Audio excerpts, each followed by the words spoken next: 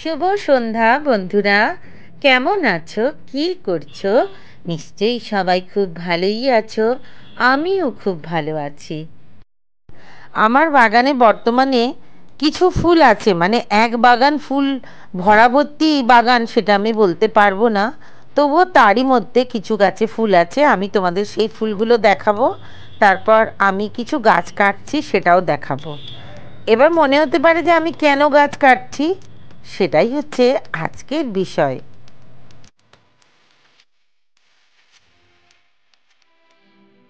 যে গাছগুলো গরমকালে ফুল দেয় সেই গাছগুলোকে আমি এখন কেটে অন্য জায়গায় শিফট করব, কারণ শীতের গাছগুলো তো আমার এই বাগানে আসবে। আর গাছেদের আরও ভালো রাখতে পরবর্তী পর্যায়ে, অর্থাৎ গরমকালে যখন তারা ফুল দেবে তারা যেন খুব ভালো ফুল দিতে পারে, সেই কারণেই আমি গাছগুলোকে কাটবো।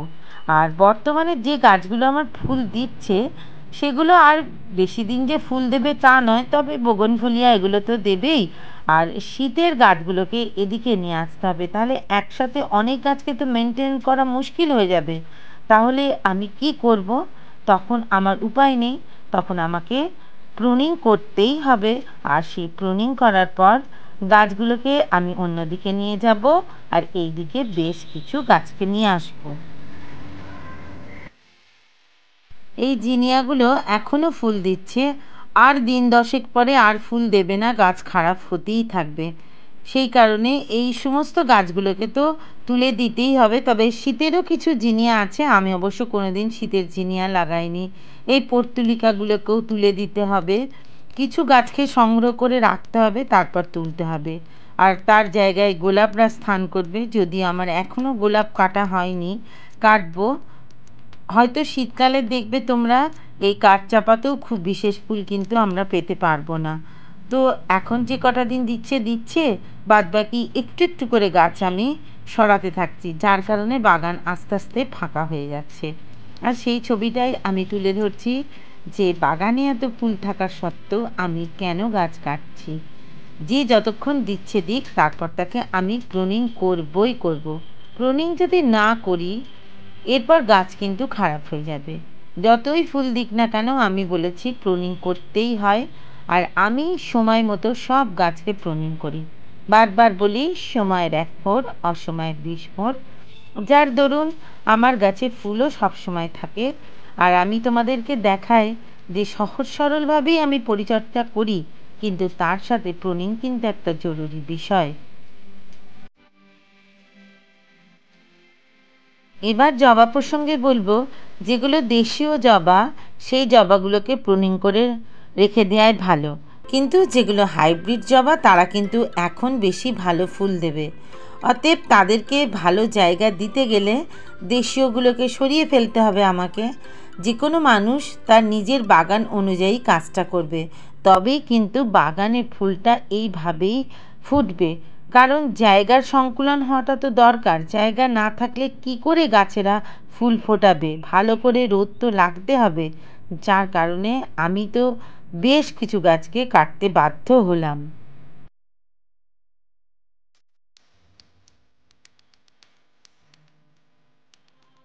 গাছের প্রুনিং পর্ব কিন্তু সারা বছর ভর করতে হয় সময় মতো। যে গাছের যেমন পরিস্থিতি তাকে সেরকম করে প্রুনিং করতে হয়।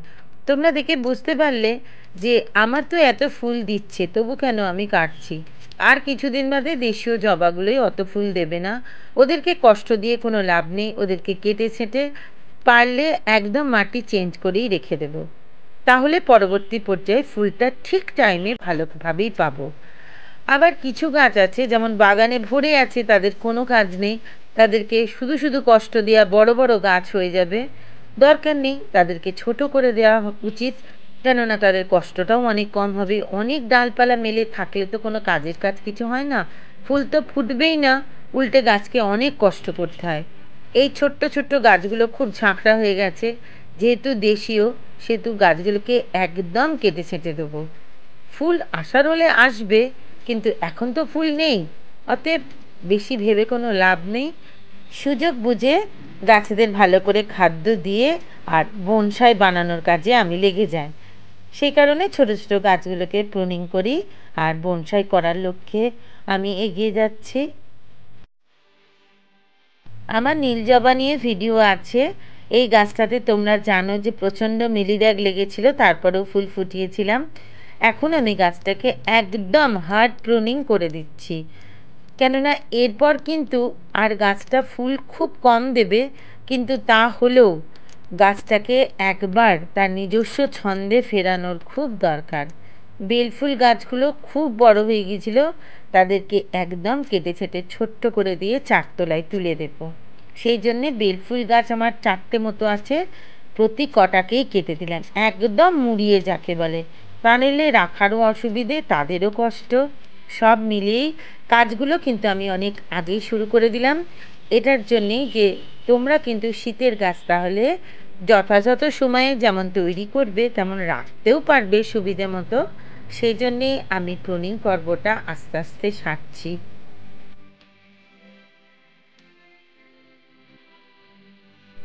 আমার কিন্তু অ্যাডিনিয়াম নিয়ে ভিডিও দেওয়া বাকি আছে। এখন কিন্তু ভীষণ অ্যাডিনিয়ামে কুড়ি এসেছে, ফুলও ফুটছে। আমি জানি না এই সময় কতটা ফুল ফোটে, তবে কি কারণে ফুলটা এত তাড়াতাড়ি ফুটলো অবশ্যই আমি সেই নিয়ে ভিডিও দেব। আমার চ্যানেল যারা নিয়মিত ফলো করে তারা প্রত্যেকেই জানে কত সহজ সরলভাবে হাতের কাছে পড়ে থাকা ফেলে দেওয়া জিনিস দিয়ে বাগান করি, কিন্তু ফুলের অভাব কোনো দিনই হয় না। সবুজের অভিযান চালাতে লাগে না কিছু, লাগে কেবলমাত্র ধৈর্য, নিষ্ঠা আর হাতের কাছে পড়ে থাকা ফেলে দেওয়ার জিনিস দিয়ে বাগানের পরিচর্যা করা যায়। গাছ ভালো রাখতে আর ফুলের রং ধরে রাখতে, গাছকে সবুজ রাখতে অবশ্যই সঠিক সময়ে প্রুনিং করতে হবে। এতদূর ছিল আজকের ভ্লগটা। তোমাদের কেমন লাগলো অবশ্যই জানিও। যদি ভালো লেগে থাকে একটা লাইক দিয়ে অন্যকে দেখার সুযোগ করে দিও। সবাই খুব ভালো থেকো, সুস্থ থেকো।